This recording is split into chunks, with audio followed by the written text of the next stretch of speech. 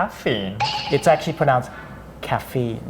Sometimes it's mispronounced, so sometimes they say caffeine, but we should say caffeine. Yes. so caffeine อยู่กับแบงค์ช่วยดูตามมาใช้จาก British Council ครับ Hi, and I'm Kid Delia from the British Council.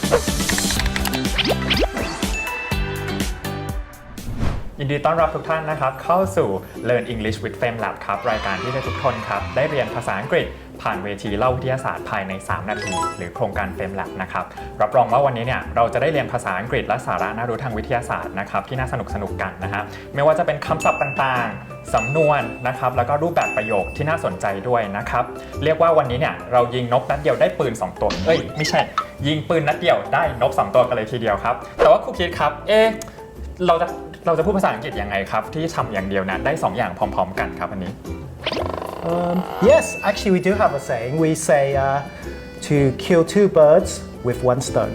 So it doesn't mean that we really kill a bird or kill two birds, but we are able to do two things at the same time. ก็สำหรับภาษาอังกฤษนะครับก็โหดไม่แพ้กันฆ่านกด้วยก้อนหินนะฮะไม่ใช่ปืนนะครับโหดไม่แพ้กันเลย So what's our topic going to be about today, Bank? เรื่องนี้เลยครับเรื่องไกลตัวครับอย่างเช่นเรื่องกาแฟแล้วก็คาเฟอีนนะครับโดยหัวข้อในวันนี้เนี่ยก็ได้รับการนำเสนอโดยชารอนนะครับซึ่งเป็นผู้ชนะ FameLab Ireland ปี 2018 นะครับ Let's get to it then shall we? Right, let's do it. Come with me and we'll be in a place of caffeinated coffee. Take a sip and just Take a sip. What does that mean then? Well, it means to drink a small amount like this. Yes, normally we use it perhaps when you're drinking something hot, so you don't want to drink too much and burn yourself. So we say take a sip. All right. Just see. It's bitter. That is bitter. Let's talk about coffee. Raise your hand if you love coffee. Now raise your hand if you love tea more than coffee. Wrong answer. That was a test. You're supposed to say coffee. Statistics have shown that 3 in 5 people drink a cup of coffee to start their day. And Mr. Willy Wonka, a candy inventing genius, is one of those people. Check this. Wonka goes to Starbucks and overhears the person in front of him place an order. Can I get an iced half caf ristretto, not 1, not 2, not 3, but 4, palm sugar-free, cinnamon, dolce, soy, skinny, latte, get all that? Nope. And now you're Wonka. So when it's Wonka's turn, he's gonna order a simple coffee because he's a simple lad. But just what is it that makes coffee man's best friend? What's the secret ingredient? Well, since you asked, inside of coffee is a stimulant called caffeine, which tricks you. And I think we heard 2 interesting words in it. So coffee is a man's best friend. Right. So a man's best friend, the term is obviously used to talk about normally a dog. So a dog is usually a man's best friend. But in this case, she's obviously using it to talk about coffee. So coffee has become a man's best friend in this situation. Everyone who's working will always have a coffee as a man's best friend, I guess. Or maybe tea, depending, yeah. Okay, and another word, caffeine. So caffeine, I usually pronounce it as caffeine, right? Yeah, I hear that a lot as well in Thailand. So it's actually pronounced caffeine. Sometimes it's mispronounced, so sometimes they say caffeine, but we should say caffeine, yes. So caffeine. Yes. Which tricks your brain into thinking you're not tired. So when your brain says sleep, caffeine says no. You see, our bodies produce a chemical called adenosine, which binds to receptors in the brain and slows down brain activity, thus making us feel sleepy. But due to having a similar structure, when caffeine is in town, it impersonates adenosine and binds to the receptor instead. So instead of being calmed, your brain gets triggered, which causes the nerve cells to speed up.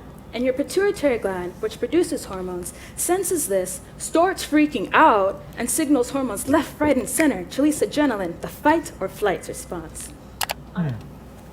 So we think we heard fight and flight response. Right. So this is something we hear a lot in psychology. So we have to think of a situation when someone's afraid. So the body reacts. So there's 2 responses. We can either say fight, which means we fight against that fear, or we can flight, meaning basically to fly away or run away. So fly like a bird or fight like a lion then? Yeah, sure, precisely. Right. So It says coffee makes our brain gets triggered. So what does triggered really mean? I usually hear the word triggered when we're, let's say, using gun. Right, yes. So the trigger is the part of the gun which you pull, obviously. In this case, coffee is compared to a trigger. So if the coffee is going to shoot something, so gives you a reaction. So like a kick, yes. a kick to our brain. It Yes. gets that our brains Yes. get triggered. Then. Yes, correct. Count of 3. I need everyone to put their hands up and say, yeah! 1, 2, 3. Yeah! That is exactly what adrenaline says. Adrenaline comes to spice up your life by making your pupils dilate, your heart beat faster, your blood pressure increase, and your blood vessels constrict. A lot of interesting words here, Yeah, isn't it? sure. So pupils dilate. Right. And what else there's was heart rate increase. And then there's blood vessels constricts. Right, so should we look at the words dilate and constrict, Constrict, right? yeah. Okay, so dilate just means to make a part of the body become bigger, and it's commonly used with the eye, or what was the word we heard? Pupil. Pupil, right. Don't ask me about pupil dilation. My Okay. eye's just too small. Good. And then the opposite basically is constrict. So constrict means to make smaller or tighter, basically. Yep. Yes. So in this example, we were talking about blood vessels. So when we get excited, Right. our blood vessel constricts or tightens so that our blood pressure increases for the flight or fight response. Right. All these symptoms are indicators that you've been hit by, you've been struck by smooth adrenaline. Adrenaline also affects dopamine levels by preventing it from getting reabsorbed by the brain, which just means you'll feel good. The sun will be shining, the angels are singing, and you'll just feel so happy. Ironically, this is actually the same thing cocaine does, but not to the same extent. Question, will drinking coffee kill you? It's impossibly possible. The lethal dose of caffeine is 150 milligrams per kg of your body. So depending on your weight, disclaimer, don't try this at home, you would need to consume between 6 and 7 grams of caffeine, which would be like drinking 50 or more cups of coffee in a day, which is essentially impossible to do because your body can't take that. Right. So consume. Right. I think we usually hear about the word consume as consumer. Sure. So this is a formal word used more formally. So consume means to use a lot, or in this case, to eat a lot, or here, drink a lot. Yes. So, but can I say I consume my lunch? Of course you can say that. I mean, some people might look at you a bit weirdly, but yeah, so I think it's better just to say I ate or I had lunch. I had lunch. That would be more natural, yes. And then impossibly possible. I think that's two contradicting words, isn't it? What does that really mean? Sure. I think we need to look at the example here. So what did she say? She said coffee Can impossibly possible kill you? Yeah, sure. So I mean, normally if you drink coffee, it probably won't kill you, but there is a possibility if you drink too much coffee, right? So I think that's why she used the two words together, impossibly possible. So it could be possible, but... And just to emphasize Yeah. the meaning. Right. Ain't that right, Wonka? Wonka over here is still in his first cup. He's not going for the 50. On average, he drinks 1 to 3 cups a day. Keeps him feeling alert and energized. Without coffee, he'd feel anxious, grumpy, and turn into a new balloon.